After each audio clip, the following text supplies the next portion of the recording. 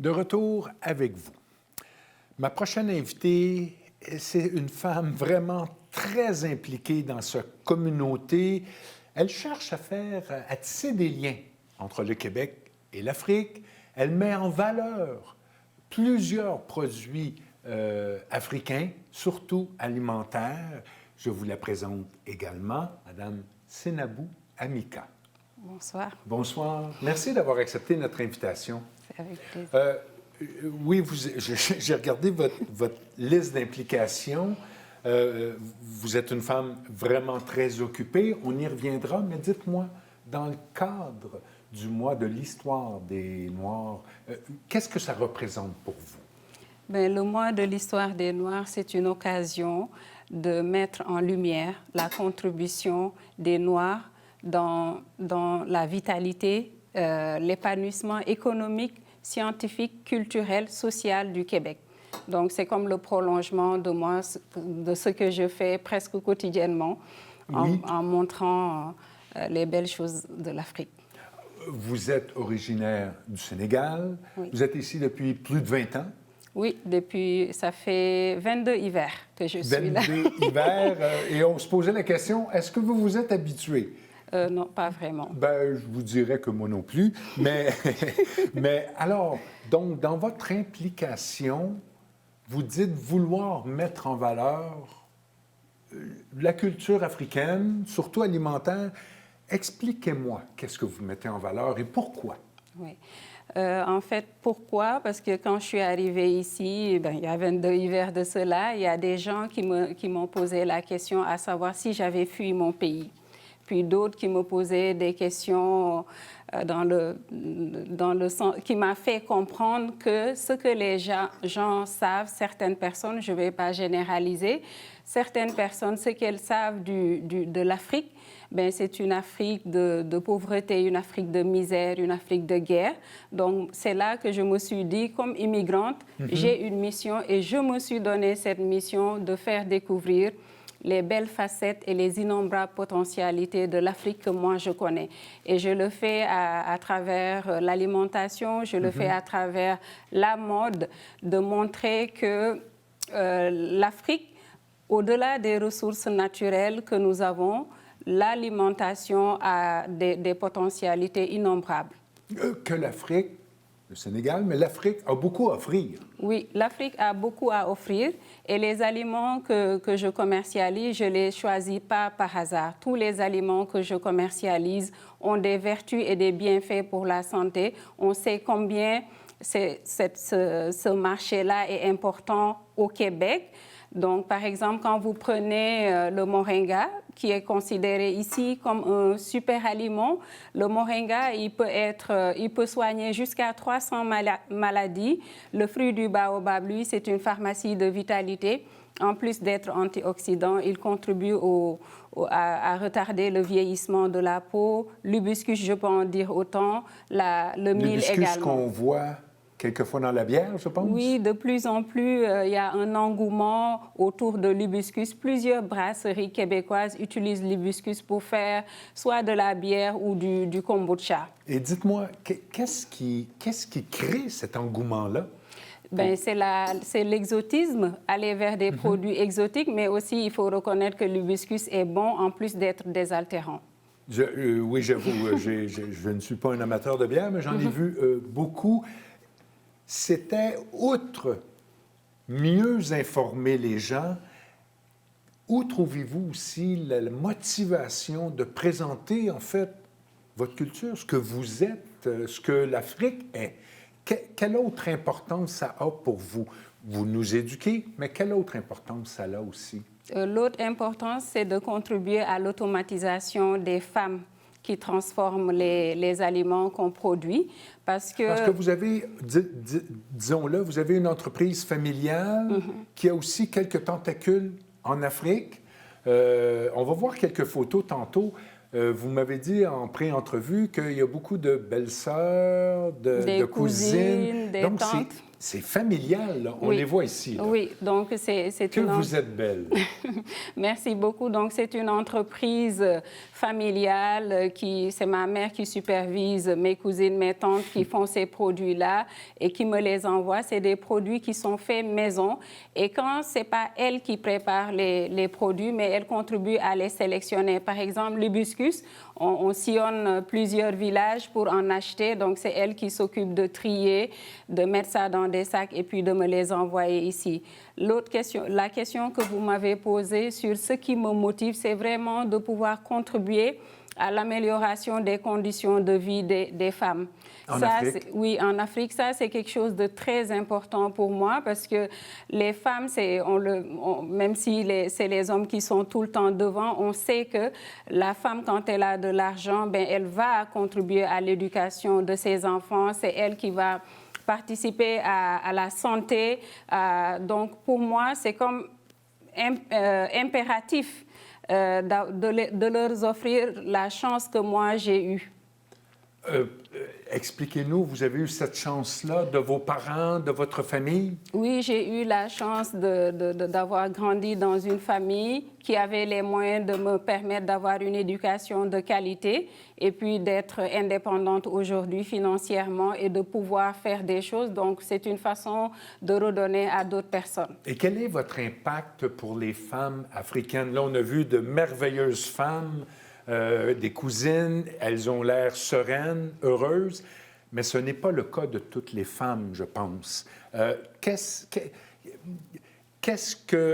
est votre apport là-bas? Est-ce qu'il y a beaucoup de femmes que vous aidez? Est-ce qu'il y a des entrepreneurs qui, à cause de vous, ont fait commerce là-bas? Quel est votre impact là-bas?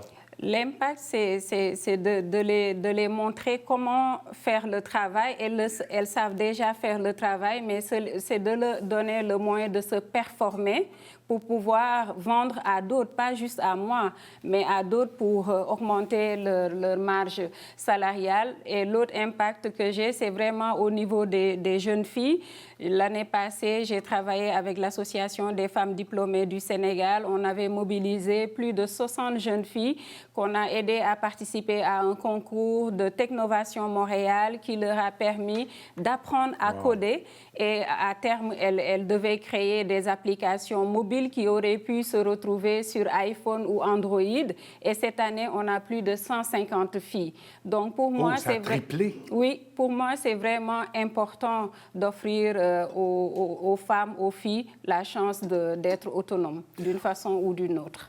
Vous m'avez dit également que vous allez vers les étudiants dans certains cégeps pour faire quelques conférences.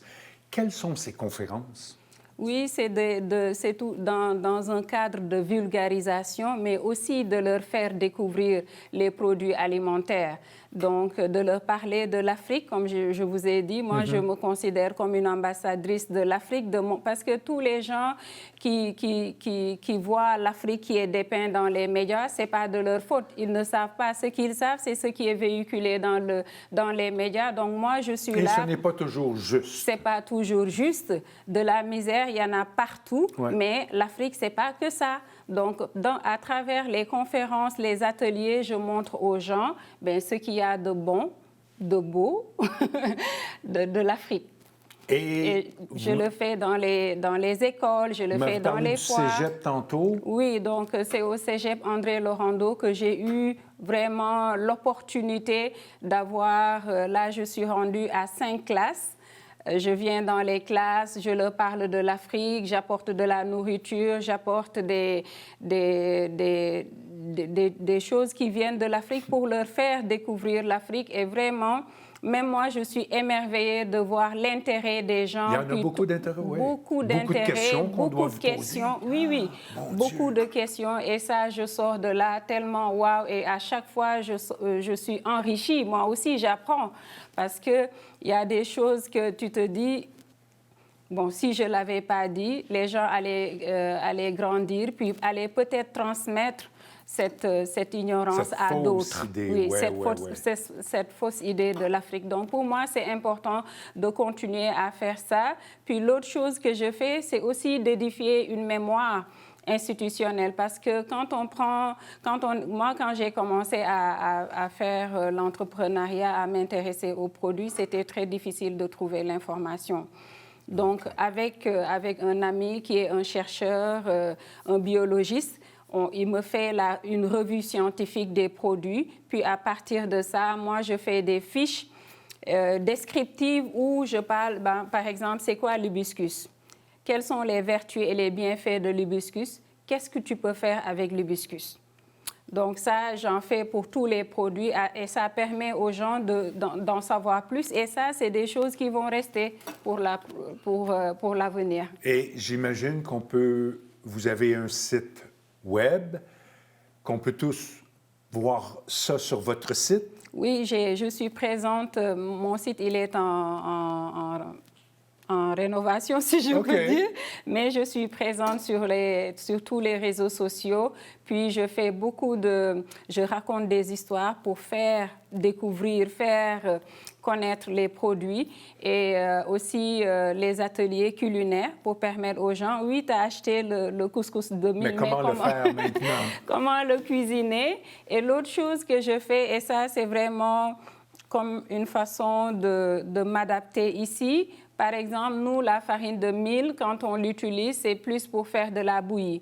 La farine de mil, c'est le premier aliment que mange un bébé africain parce qu'on en fait une bouillie que consomment les bébés. Notre pain blanc, Manou. C'est ça, mais au Québec, ce n'est pas cette réalité-là. Donc, c'est là que j'ai commencé à faire des crêpes avec la farine de mil, des muffins, des pancakes, des recettes adaptées. Mais adaptées avec vos aliments. Exactement. Et les brisures de mil, on peut en faire des salades. Le fruit du baobab, on peut en faire des smoothies. Donc vraiment, ça me permet de continuer à être cette fédératrice-là, celle qui crée des ponts entre la société d'accueil et l'Afrique. Les ponts sont-ils plus faciles à faire aujourd'hui qu'avant? Parce que vous faites ça depuis une vingtaine d'années.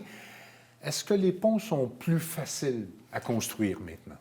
Je dirais que oui, parce qu'aujourd'hui, on a accès aux réseaux sociaux.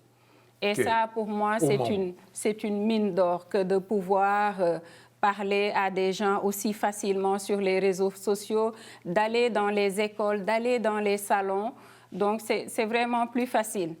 Et on peut rejoindre plus de personnes, je pense, aussi? Oui, plus de personnes et pas juste à travers le monde.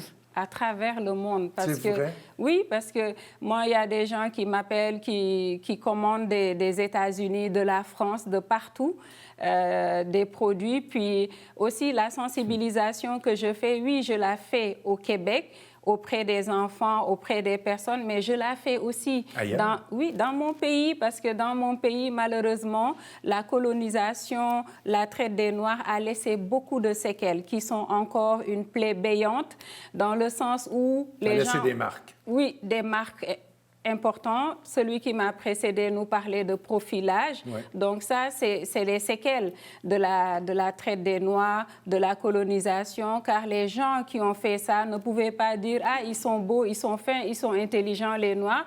Ils nous ont stigmatisés, ils nous ont presque diabolisés en les montrant comme des sauvages et tout. Donc, et puis, ils ont développé plein de complexes auprès de ces gens-là. Donc, les gens sont même complexés pour la nourriture. Donc, moi, j'essaye à travers ma compagnie de déconstruire ce fait de dire aux gens, notre nourriture, elle est bonne. Elle est bonne et puis... quoi qu'en disent les colonisateurs. Quoi qu'en disent les gens.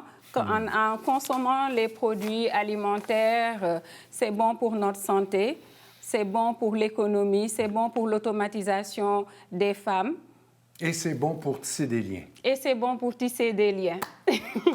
Vous semblez heureuse et je vous remercie d'avoir accepté notre invitation. On va inviter les gens. Ça va être sur notre site, votre adresse.